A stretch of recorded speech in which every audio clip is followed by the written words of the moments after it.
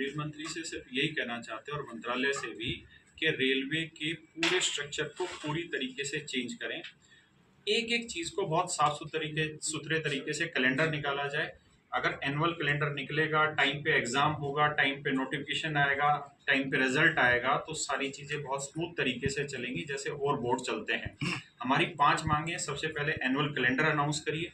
दूसरी जो मांग है एग्जाम सेंटर, एग्जाम सेंटर बहुत दूर दूर मत फेंकिए। तीसरी जो हमारी डिमांड है वो ये है कि जितने भी कोर्ट केसेस आज के समय में होने लग रहे हैं रेलवे रिक्रूटमेंट एजेंसी को, वो सारे कोर्ट केसेस को आप सुलझाएं। चौथी डिमांड है कि ग्रुप डी की जो वैकेंसी वो बढ़ाई जाए। और पांचवी जो डिमांड है वो ये कि जितनी भी धांधली के आरोप लगते हैं इस रेलवे प्रोसेस को साफ सुथरा किया जाए, ट्रांसपेरेंसी की जाए, वेटिंग लिस्ट अनाउंस की जाए और एक एक चीज की स्टेटमेंट रेलवे बोर्ड की तरफ से आनी चाहिए। अगर कोई भी क्वेश्चन खड़ा होता है तो रेलवे की तरफ से उस पर जवाब भी आना चाहिए साथ ही साथ। आपने स्क्रीन पर कई तस्वीरें ऐसी दिखाई हैं कि फॉर्म दे दिया जाता है, उसके बाद 1 महीने के बाद 20 दिन बाद उसको रिजेक्ट किया जाता है, उसको चेंजेस किया जाने के लिए बोला जाता है। इसको लेकर क्या कुछ कमियां रेलवे की तरफ से देखी जा रही हैं? रेलवे ने तो पूरा बंटाधार कर रखा है, रेलवे ने कमी नहीं कर रखी।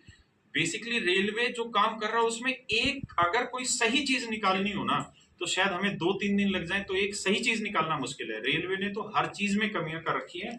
आप सबसे पहले डेट अनाउंस करते हैं, उसका डेट बदल लेते हैं।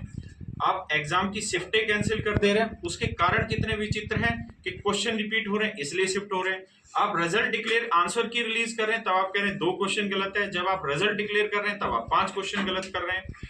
तो रेलवे एक ऐसा डिपार्टमेंट हो गया है जो बिना सोचे समझे कुछ भी चीज कर ले रहा है और बिना ही सोचे समझे उसको तुरंत बदल भी दे।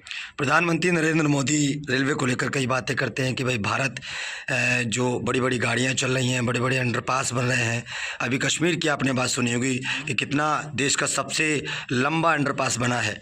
तो इसको लेकर क्या कुछ कहेंगे? प्रधानमंत्री मोदी से भी रेलवे को लेकर अपील है क्या कि वो भी इस पर ध्यान दें? हम माननीय मोदी जी के सामने एक ही अपील करेंगे कि देखिए आप गरीब परिवार से उठे हुए हैं, आप गरीबों के दर्द को बहुत अच्छे से समझ रहे हैं। हमें पूरे का पूरा कुआं मिलना चाहिए, लेकिन आप एक बूंद दे रहे हैं। उस बूंद को भी अगर तरीके से दे देंगे तो भी हम शांति से स्वीकार कर लेंगे, लेकिन उस बूंद को तो ठीक से दीजिए। रत्ती भर वैकेंसी आती है और उस वैकेंसी में भी इतने सालों लटक जाते हैं। मतलब ये शर्म की बात है। हम इस देश का स्वर्णिम काल सोच रहे हैं, लेकिन ये देश का स्वर्णिम काल ऐसे बनेगा नहीं जब तक इस देश में बेरोजगार बच्चा घूमता रहेगा। तो सर हम इतना ही कहेंगे, आप बहुत कम वैकेंसी दे रहे हैं, लेकिन कम से कम उसको तो ठीक तरीके से करा दीजिए। ठीक है।